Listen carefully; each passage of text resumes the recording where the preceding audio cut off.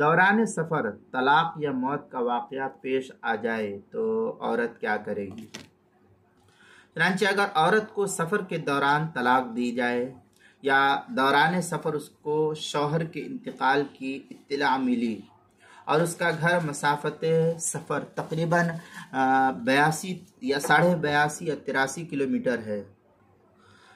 اور اس کا گھر جو ہے، یعنی عورت کا گھر جو ہے یہ مسافت سفر یعنی تقریباً 82.5 یا 83 کلومیٹر کے اندر ہو، تو اس پر فوراً گھر واپس لوٹنا ضروری ہے۔ اور اگر مسافت سفر سے دور فاصلے پر ہو تو اگر امن و اطمینان کے ساتھ بآسانی دوسرے شہر میں قیام ممکن ہو تو وہاں بھی عدت گزار سکتی ہے، ورنہ واپس بحفاظت گھر لوٹ کر عدت گزارے گی۔ چنانچہ در مختار شامیہ کے اندر علامہ شامی تحریر فرماتے ہیں، ابانہا